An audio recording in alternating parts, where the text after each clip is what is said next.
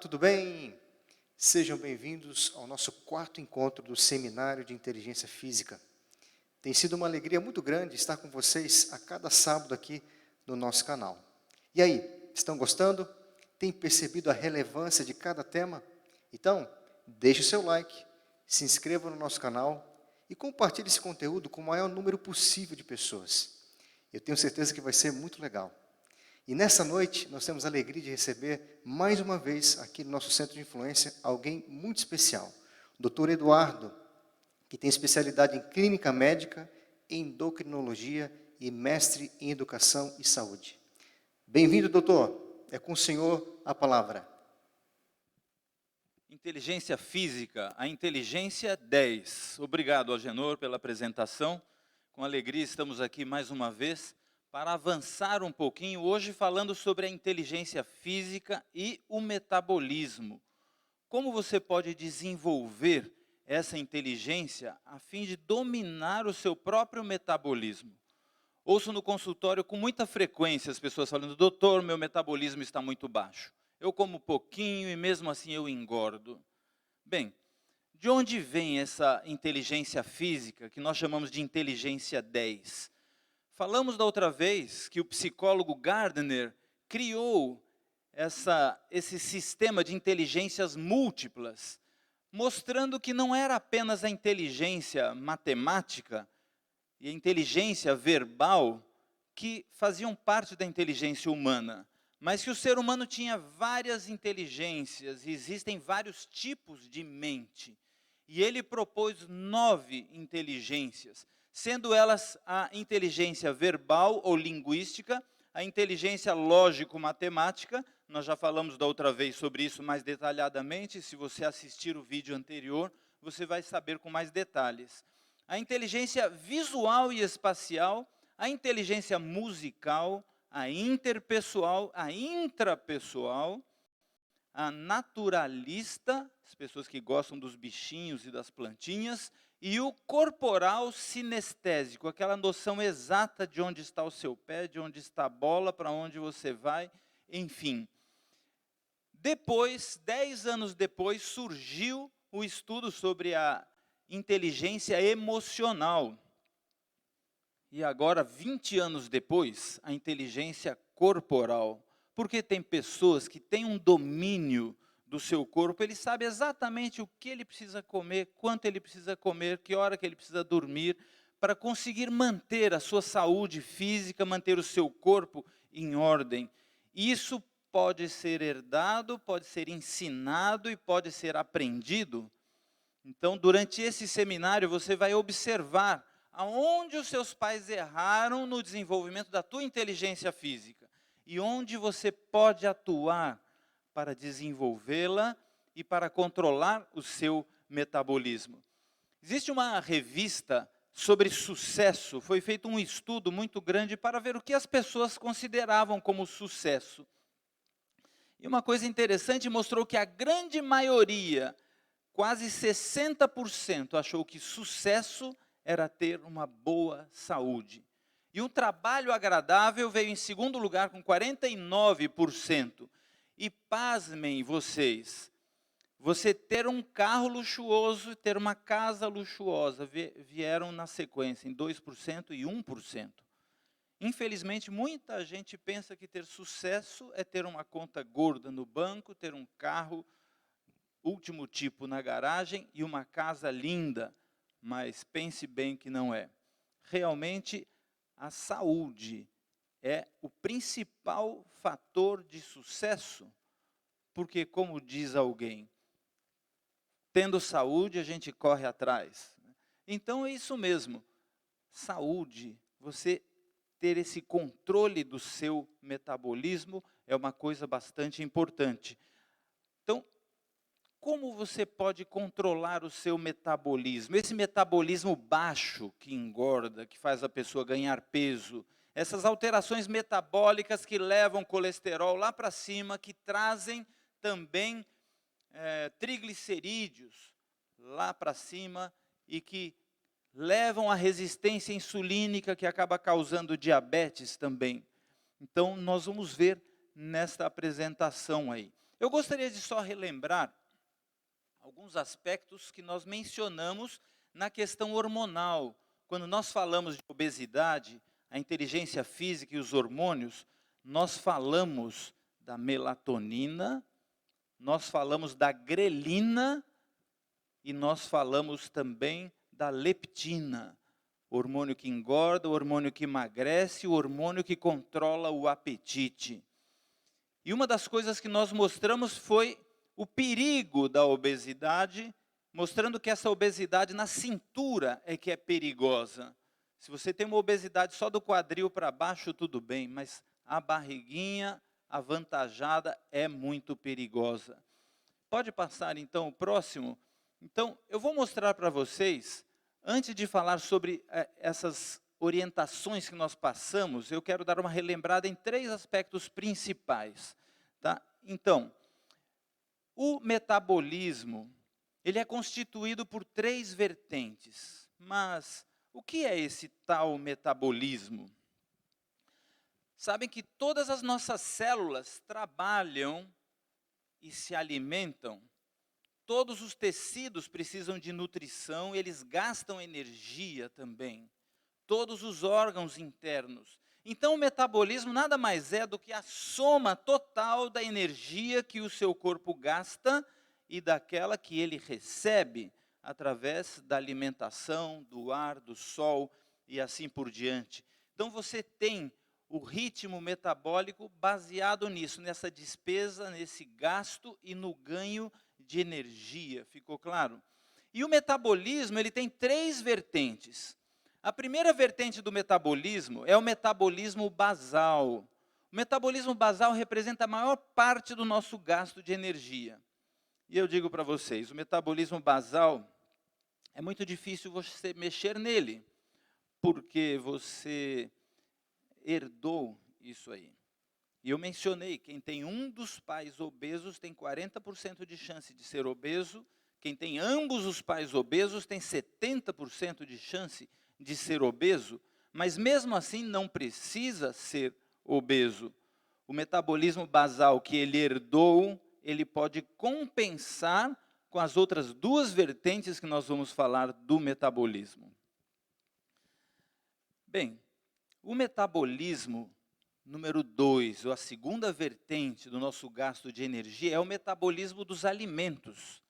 O metabolismo dos alimentos é aquele gasto de energia que a pessoa tem quando ela ingere algum alimento. E você vai ver, quem tem o metabolismo dos alimentos, o metabolismo alimentar acelerado, geralmente é magrinho. E parece que quanto mais ele come, mais ele emagrece. Por que isso? Porque ele gasta mais energia para digerir, para absorver, para assimilar, para metabolizar aquele alimento, do que o próprio alimento está trazendo para o seu corpo. Eu costumo dizer que tratar a magreza é mais difícil do que tratar a obesidade. E é verdade, o tratamento da magreza é igualzinho da obesidade. Você que é magrinho e quer ganhar peso, você precisa comer menos, porque o teu metabolismo alimentar é acelerado. Quanto mais você comer, mais energia você vai gastar. Já os gordinhos têm esse metabolismo mais lento, e é por isso que não deu certo essa teoria de você comer de 3 em 3 horas, de 2 em 2 horas. Por quê? O gordinho, quando ele come, ele absorve aquelas calorias e gasta muito poucas calorias com a alimentação. A terceira vertente do metabolismo é o metabolismo dos exercícios. O metabolismo dos exercícios, ele corresponde àquele gasto de energia da atividade física. E eu diria para você, é o único metabolismo, é o principal que nós podemos interferir. Você sabe que quando você faz uma caminhada vigorosa durante 1 hora, você queima 300 a 400 calorias. Se você fizer uma caminhada de 2 horas, ou 2 horas de exercício, uma caminhada de manhã, andar de bicicleta à tarde, você vai gastar 800 calorias. Se você praticar 3 horas de exercício, você vai gastar 1.200 calorias. Então, fica muito fácil perceber que depende de você esse metabolismo dos exercícios. E é por isso que o consenso internacional mostra que a pessoa, para ter uma perda de peso mantida, ela precisa fazer 90 minutos de exercício por dia. Então você mantém o seu metabolismo acelerado. E como é que funciona? Não é só o gasto de energia dos teus exercícios. O importante é que quando você pratica exercício, seu metabolismo fica acelerado durante 15 horas. Então, preste atenção. 15 horas você com metabolismo acelerado, qual seria o melhor horário para fazer se exercitar? De manhã ou à noite? Com certeza pela manhã. Há estudos que mostram que se você faz exercício antes da primeira refeição, você acaba emagrecendo um pouco mais do que quando você faz em qualquer outra hora do dia. E eu acredito que é justamente por causa dessa aceleração do metabolismo, do exercício, que o exercício promove. Durante 15 horas você fica mais acelerado. Tudo que você faz durante aquele dia que você fez exercício ajuda você a emagrecer. Fazer esse balanço negativo do seu metabolismo. Então, quando você não faz exercício, pode correr, pode carregar sacola, pode carregar menino no colo, pode lavar a louça, lavar a roupa, você continua com o metabolismo lá embaixo. Portanto, você quer acelerar o seu gasto metabólico, comece o dia com um programa de exercício. Se você quer acelerar o metabolismo dos alimentos, não fique comendo toda hora, coma na hora certa. Nós sabemos que após 6 horas de jejum, o metabolismo desacelera. Então você precisa comer até 6 horas, mas nada de ficar comendo toda hora. As pessoas que fazem uma merenda, um lanchinho, nós mencionamos, ela acaba ingerindo 500 calorias a mais por dia, que num mês dá 15.000 calorias. A pessoa pode engordar até 2,5 kg por mês só por causa de comer uma merendinha, um lanchinho, café da tarde, uma colação, uma ceia e assim por diante. Então, alimente-se bem pela manhã e depois não ponha nada no estômago, até a hora do almoço. Nós preconizamos um intervalo de 5 horas de uma refeição para outra. Se você quiser saber mais detalhes, entre em nosso canal, nós vamos deixar disponível para você as orientações de que horas você deve comer, que horário que é o melhor. E também você já pode ir se inscrevendo no nosso programa Viva Mais Leve, o programa de controle de peso, o programa certo para você emagrecer sem complicar o seu metabolismo. Das orientações que nós demos no tema anterior, sobre a inteligência física e os hormônios, eu gostaria de destacar algumas, muito rapidamente, para aqueles que não assistiram ainda aquele tema. E quem não assistiu, eu recomendo, volte àquele primeiro tema, a inteligência física e os hormônios, que você vai entender com mais detalhes as orientações para poder desenvolver esse controle dos teus hormônios, do apetite, da saciedade, do ganho de peso e do metabolismo. Mas dentre essas instruções, nós colocamos aqui, mude a alimentação. Se você continuar comendo do jeito que você come, você vai continuar tendo os mesmos resultados. Mas o que precisa mudar na minha alimentação? Alguns falam, doutor, eu já tirei tudo, eu já tirei arroz, feijão, pão, leite, eu como só carne e verdura, eu como só legumes e grelhados. Errado. Essa é a pior dieta que existe. Você precisa comer mesmo arroz e feijão, legumes. Um colega meu sempre dizia, ninguém aprende a passar fome. E nós dizemos, não faça dietas, porque qualquer dieta complica a obesidade. Se você tirar carboidrato, complica a obesidade. Se você tirar proteínas, complica a obesidade. Se você tirar gordura, complica a obesidade. Você pode até perder um pouco de peso inicialmente, mas depois você perde completamente o controle do seu peso. Então, não faça dietas, não aprenda a passar fome, porque não dá. Aprenda a comer. Você vai, no desenvolver desse seminário, entender como deve ser uma alimentação adequada.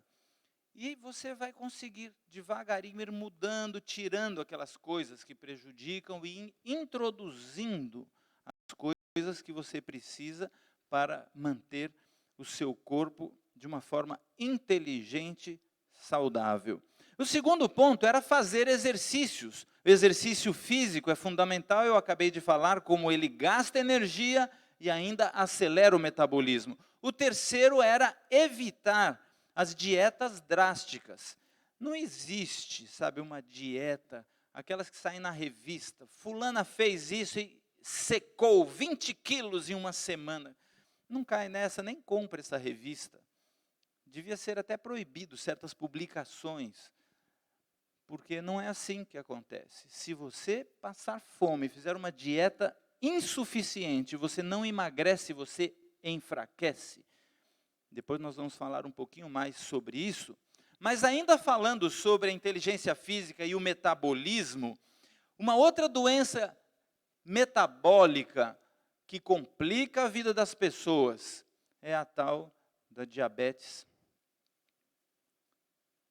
E alguns estudos têm mostrado que a carne e não o açúcar seria o agente causador da obesidade.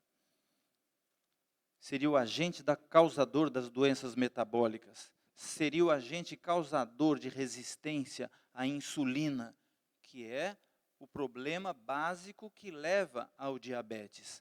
Eu estou trazendo para vocês um estudo que mostra que a ingestão de carne e gordura na dieta aumenta o risco de diabetes. O estudo foi feito com mais de 42.500 pessoas e mostrou que o consumo de gordura total e de gordura saturada aumentou o risco de diabetes. As carnes processadas, você sabe, linguiça, salsicha, mortadela, presunto, calabresa, isso aí é lixo. Se você ainda come isso, livre-se desse tipo de alimento, mesmo aquela de ave. Às vezes, não, eu como um peito de peru no meu pão. Errado. É complicado, causa diabetes, engorda. Essas associações foram dependentes do índice de massa corporal. Quanto mais gordinha a pessoa tiver, é pior para ela comer esse tipo de alimentos. Então, nós concluímos dizendo, controle a quantidade de carne. Com o preço que está hoje também não tem como não controlar, né? Mas quanto menos você ingerir dessas proteínas animais, porque mesmo a carne magra tem muita gordura, e é uma gordura ruim, é gordura saturada, é o colesterol. A síndrome metabólica, como foi conhecida, como também síndrome dismetabólica ou síndrome cardiometabólica, foi descrita por um médico chamado Dr. Riven. E esse médico descobriu que a obesidade, a pressão alta, os triglicérides, o colesterol bom, baixo, que é o HDL, e o aumento do açúcar no sangue, são uma doença só. Antes nós pensávamos que eram várias doenças. Está gordinho, vamos emagrecer, está com a pressão alta, vamos baixar a pressão. Você está com as gorduras elevadas no sangue, vamos dar um jeito de reduzir. O açúcar está subindo, vamos controlar essa glicose no sangue. Mas ele mostrou que isso aí tudo faz parte de uma síndrome só. Você vai ver bem no meio da tela aqui, a síndrome da resistência à insulina.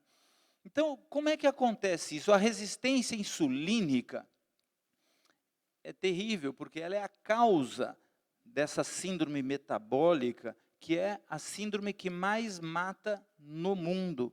Mesmo sendo elevações pequenas de peso, de pressão, de gordura no sangue, de glicose, isso vai se somando.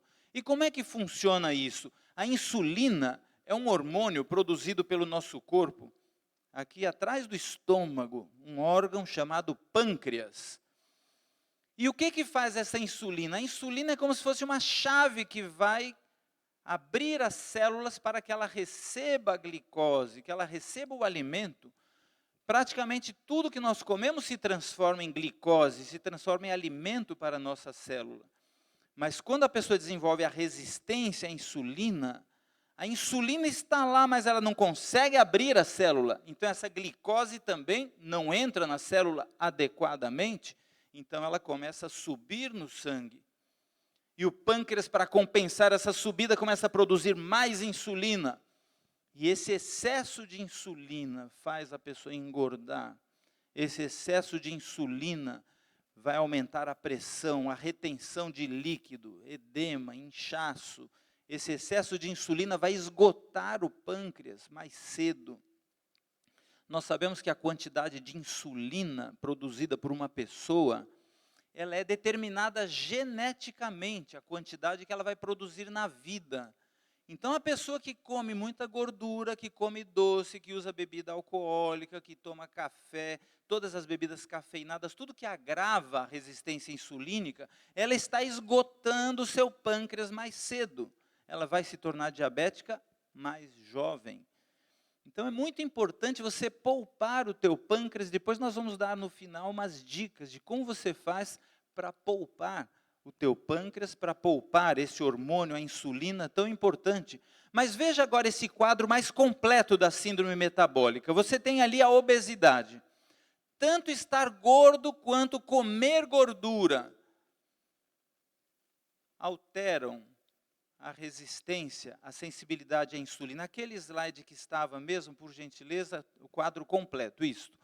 Então, a obesidade faz com que circule no sangue mais gordura, assim como comer comida gordurosa, comer frituras, enfim.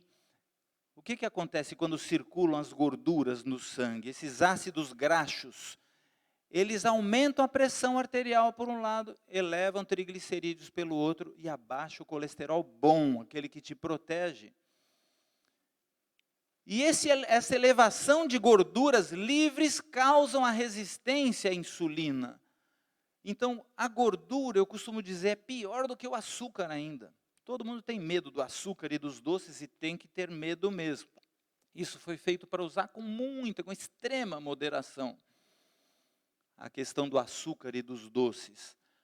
Mas a gordura é complicada. Então, tudo isso leva ao aumento da resistência à insulina. Ela não vai fazer efeito, a glicose não vai entrar adequadamente na célula.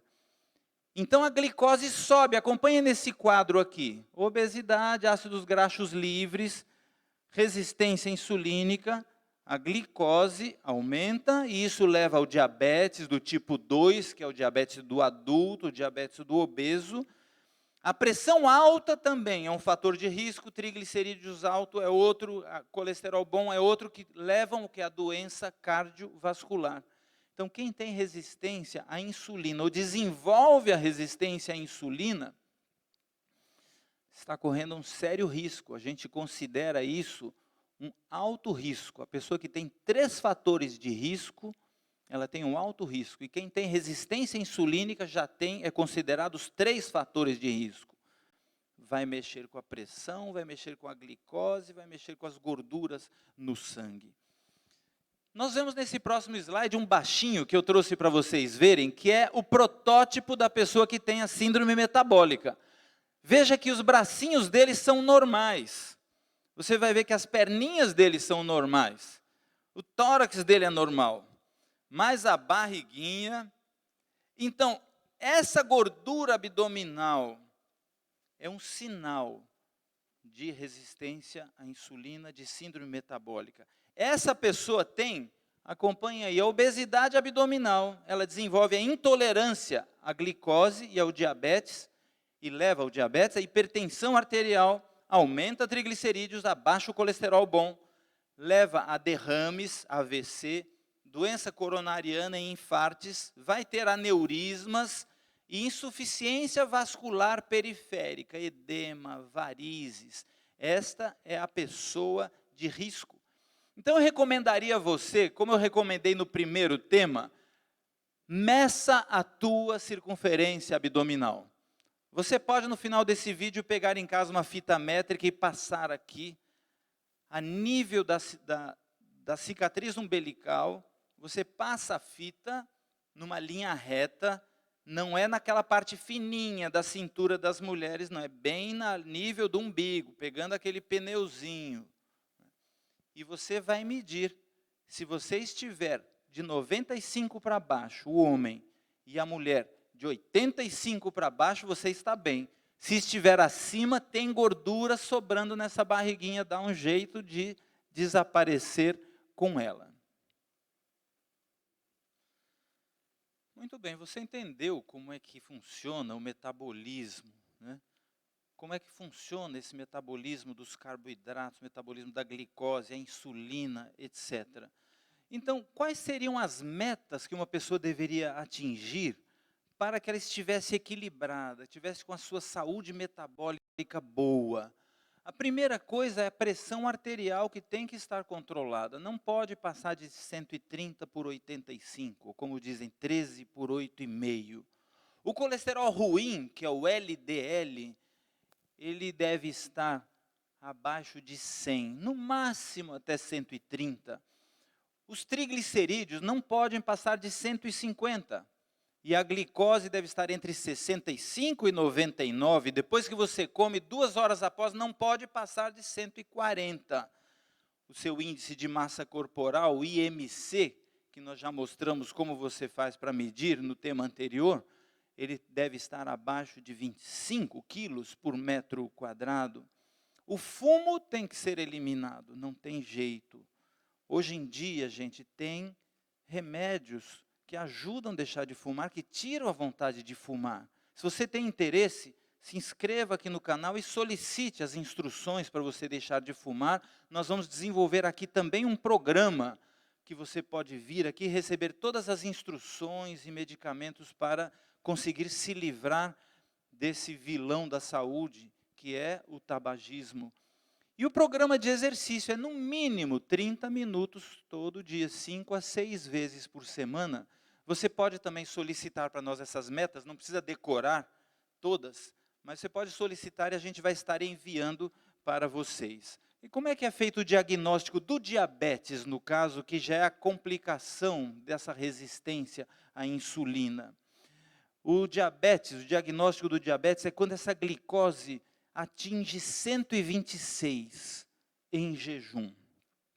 Então, você vê que o normal é 65, quando ela está o dobro disto. Mas você viu que o normal é até 99, e quando ela está no meio, acima de 99 e abaixo de 126, é o que nós chamamos de pré-diabetes. Essa pessoa vai desenvolver, dentro de pouco tempo, o diabetes. Então, se a sua glicose está subindo nos teus check-ups, todo ano você vê que está 85, 90. Para mim, sinceramente, a pessoa que está acima de 90, ou quando está com 99, ela está já com essa síndrome metabólica. Ela está desenvolvendo a resistência à insulina. Porque não pode ser normal você achar que uma pessoa está bem quando ela está com 99 e depois com 100 ela está doente. Isso é simplesmente um ponto de corte técnico. Então, quanto mais alto tiver a sua glicose de manhã, antes de comer qualquer coisa, maior é o teu perigo de desenvolver diabetes. E quando ela passa de 100, você já está com um pé no diabetes e o outro na casca de banana. Tem que abrir o olho e tratar de seguir as instruções. Uma coisa que o Dr. Wallner falou, que eu achei bastante interessante, é bom você levar em consideração. As condições de sono influenciam a resistência à insulina, aquele hormônio que é produzido nas primeiras horas da noite, do sono, antes da meia-noite, a melatonina.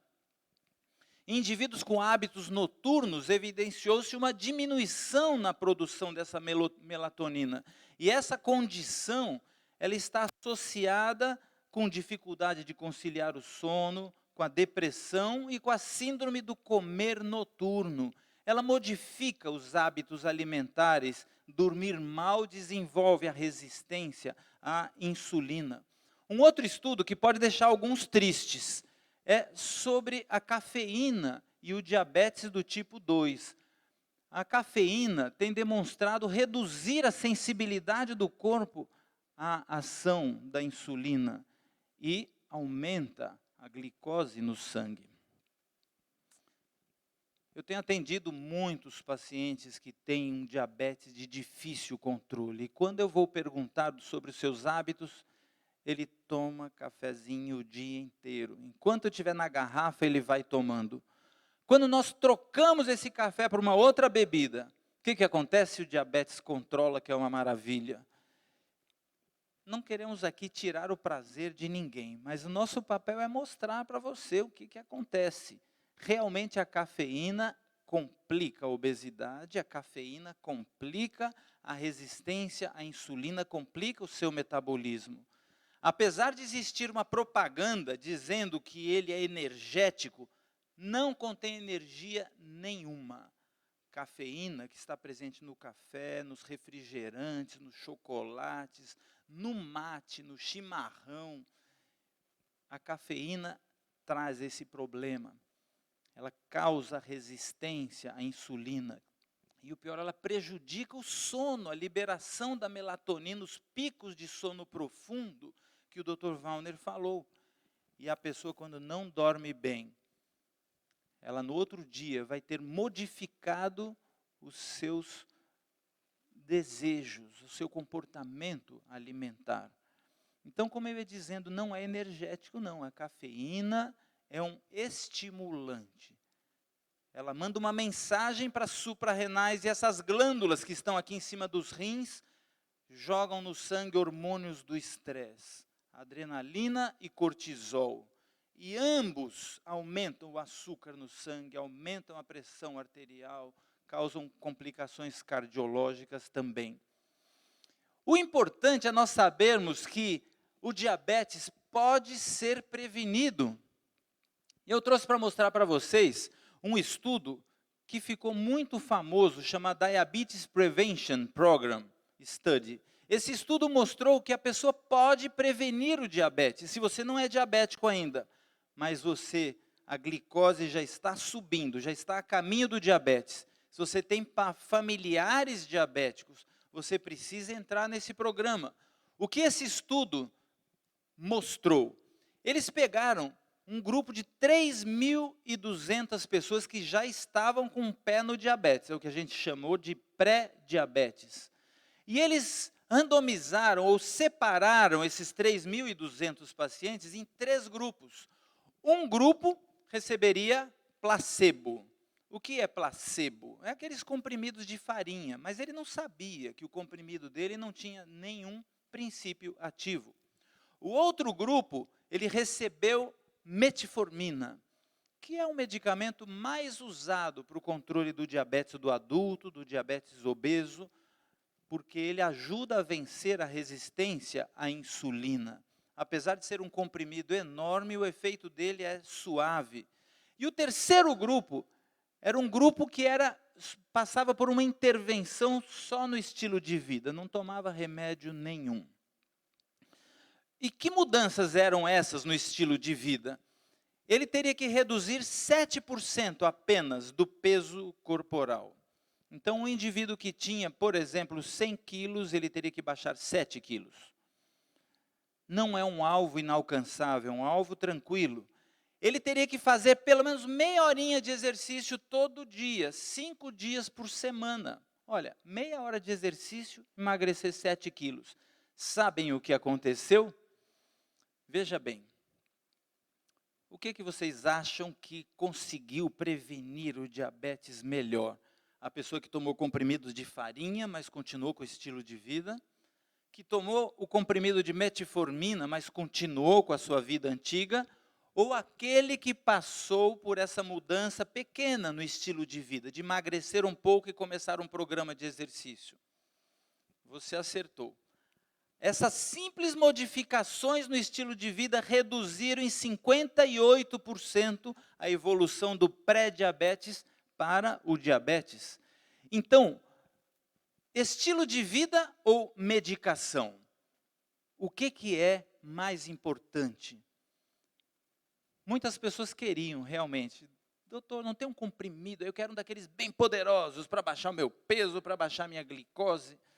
Sem dúvida nenhuma, o estilo de vida, você desenvolver a regularidade, um programa de exercício, baixar uns 5 a 10% o teu peso, você consegue prevenir o diabetes melhor do que qualquer medicamento que existe até o momento.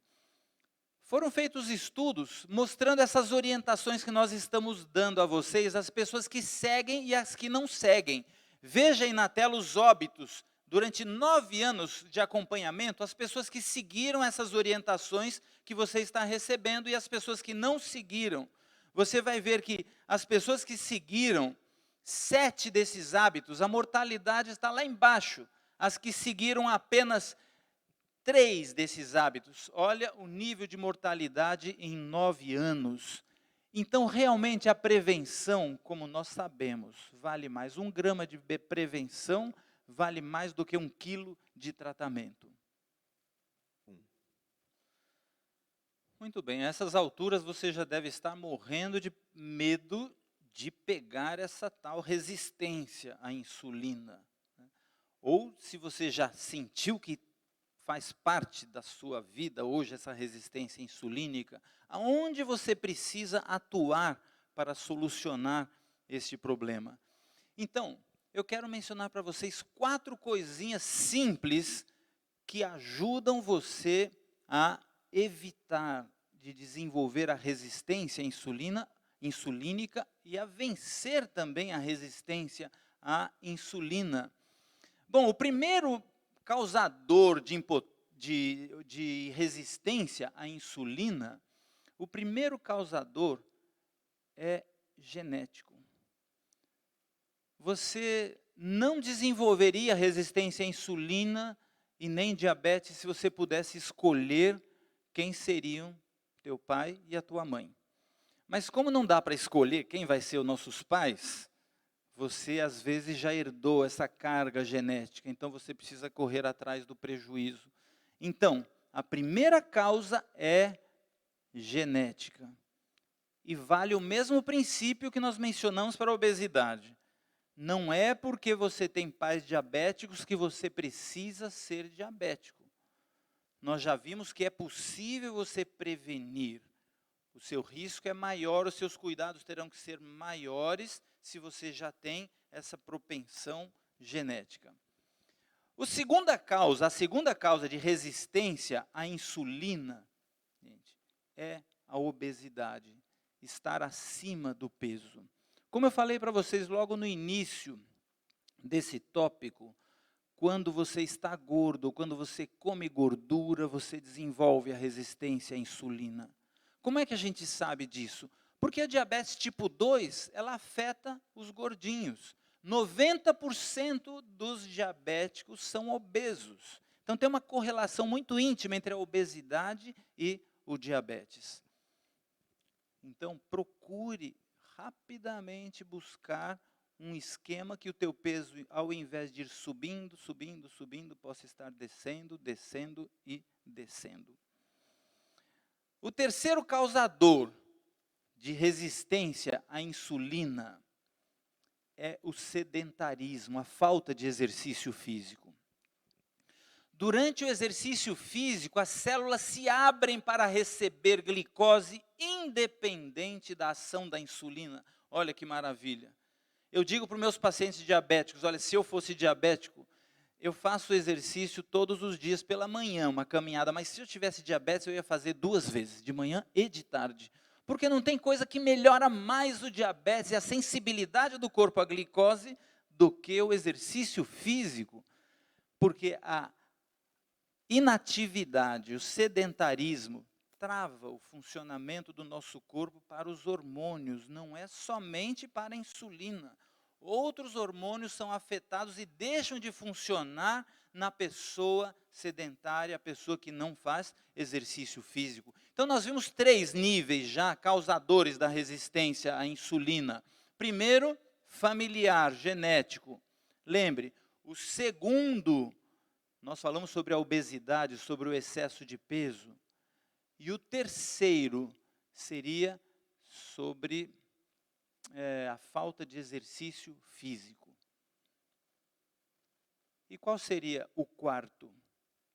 Eu disse que mencionaria 4. O quarto seria a própria alimentação, como eu já mencionei. Quais são os alimentos que nós ingerimos que agravam e que chamam o diabetes? Existem 2 drogas e 2 alimentos. Um deles já foi falado, que é a cafeína. Esse hábito de estar tomando bebidas com cafeína todos os dias, você vai travando o funcionamento do seu metabolismo. A segunda droga é o álcool. Você sabe que o álcool é tóxico, não só para o fígado, para o pâncreas também. E não se engane, quando você ingere uma bebida alcoólica, ela desce queimando. Nós estamos numa época que todos têm usado álcool na mão, álcool em gel.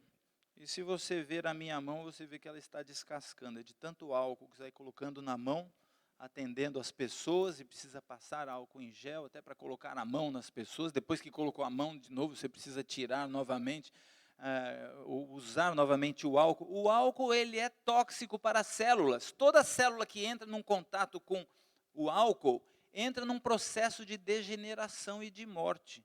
Não é só externo, a sua pele que fica ressecada e que é prejudicada, mas as células internas. Quando você desce, já começa causando uma esofagite, uma gastrite. Esse álcool vai para o fígado, inflama o teu fígado também. O fígado manda para o coração, isso leva a alterações no ritmo cardíaco, na pressão arterial. Esse álcool chega para o cérebro. Qualquer dia a gente pode falar um pouquinho mais sobre o álcool, mas o ponto que eu queria mencionar, já ouviram falar a expressão barriga de chope? É aquela barriga perigosa que nós mostramos lá no começo. O álcool desenvolve o acúmulo de gordura abdominal. E não se engane, quando você bebe pouco, o seu fígado é muito sensível. Uma dose de bebida alcoólica, você desenvolve uma inflamação no fígado. É claro que o fígado tem uma capacidade grande de regeneração, mas ele pode demorar até 3 semanas para desinflamar de uma bebida alcoólica. Então, você passar com o fígado funcionando mal 3 semanas, e às vezes nem passaram as 3 semanas, o indivíduo já bebe de novo. Esse hábito do churrasco com a cerveja, eu penso que é o campeão para formar diabéticos e obesos. Arranje um outro programa para o fim de semana, porque esse aí de churrasquinho com cerveja com os amigos, não tem nada a ver com inteligência física. Então, outro fator que eu falei, 2 drogas, álcool e cafeína, e 2 alimentos, açúcar e gordura. O açúcar, todos sabem, imediatamente ele leva o seu pâncreas a jogar mais insulina no sangue. Imagina você com o seu estômago vazio, você vai para um shopping, para uma sorveteria e manda 2 bolas de sorvete. Aquela pancada de açúcar. O seu pâncreas, coitado, se espreme lá dentro para jogar um monte de insulina para fazer essa glicose baixar. Você vai esgotando o teu pâncreas. Você que não tem diabetes, nem está obeso, pode comer um doce, tomar um sorvetinho? Pode, mas você precisa saber. É uma quantidade pequena. E sempre junto com outros alimentos, talvez uma sobremesa, sabe, aquele bolinho, aquele doce que você tem vontade, que a criança tem vontade, aquela guloseima, leve para o horário da refeição, depois que comeu, pode ingerir um pouco dessa quantidade de açúcar, que não haverá aquele impacto que nós mencionamos sobre o pâncreas e sobre a produção da insulina.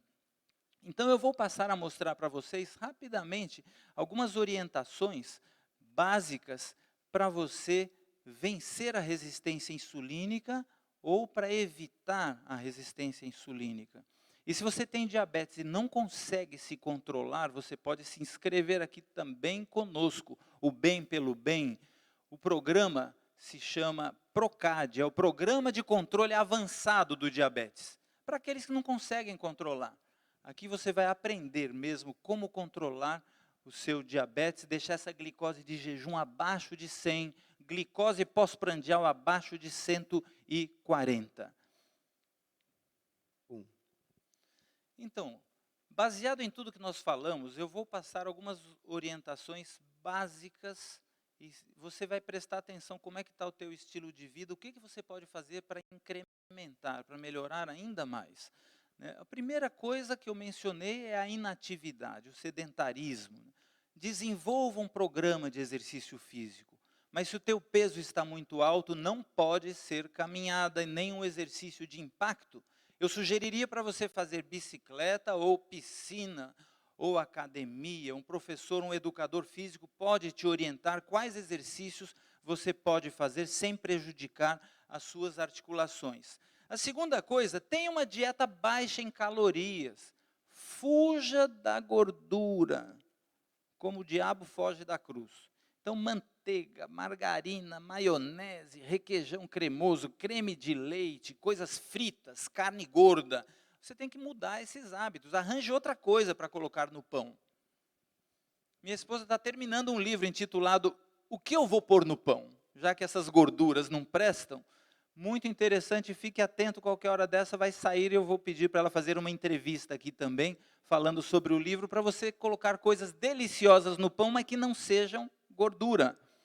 A terceira coisa, alimentos ricos em fibra. A nossa sociedade hoje só gosta de comer coisas macias, coisas que derretem na boca. Se não derreter na boca, é ruim, não presta. Gente, nós temos que reaprender a mastigar. Senão você perde até os dentes também. Toda refeição deve ter pelo menos um alimento integral. Aprenda a usar. Pelo menos 2. O pão integral e o arroz integral.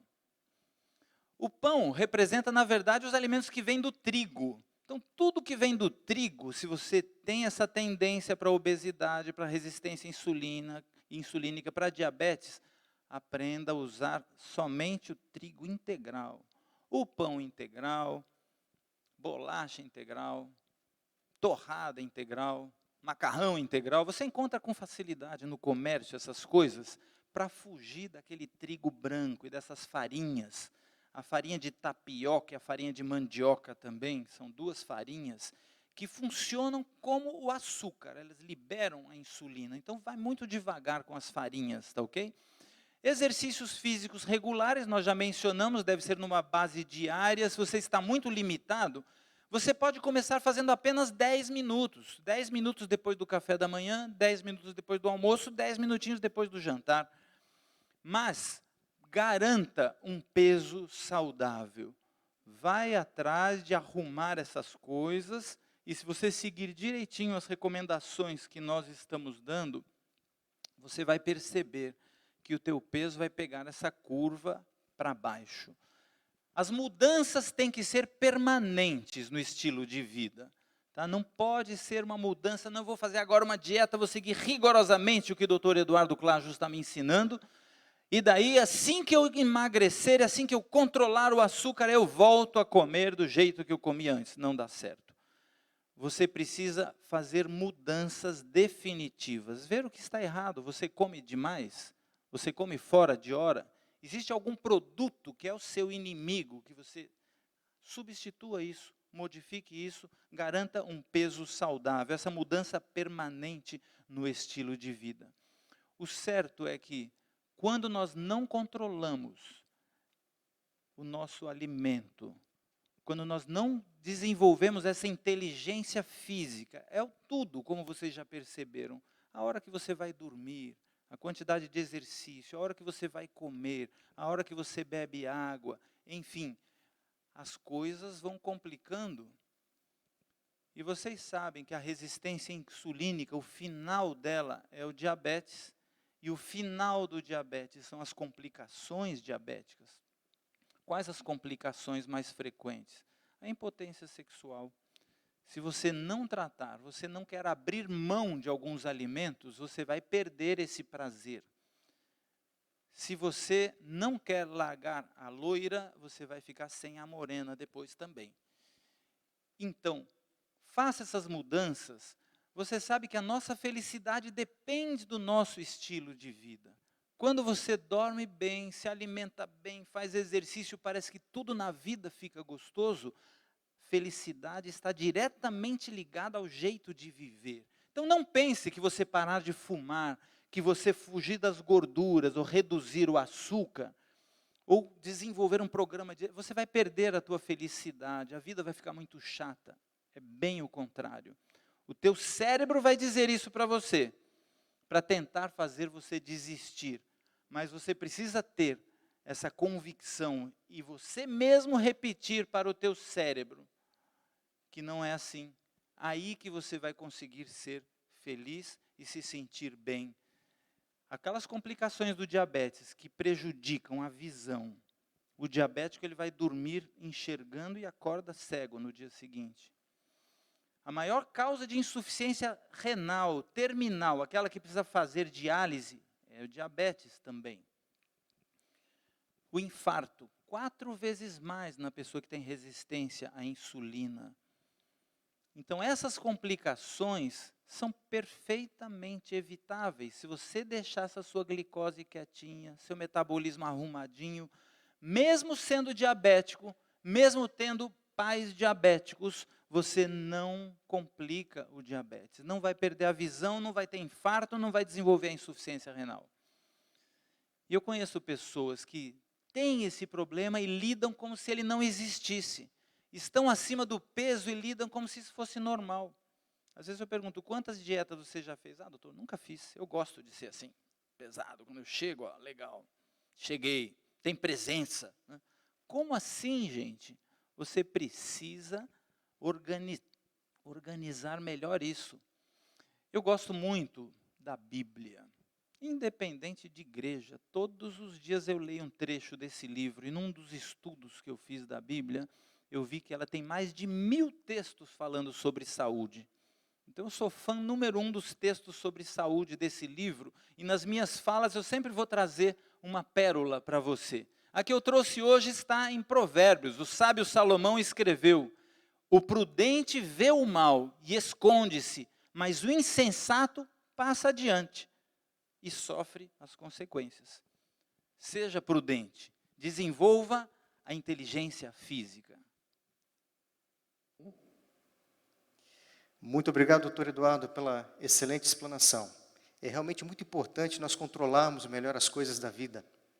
E você, controla ou é controlado? Você domina ou é dominado nas outras áreas da sua vida? Horácio costumava dizer que um passo muito importante para você controlar a vida é se preocupar com a mente.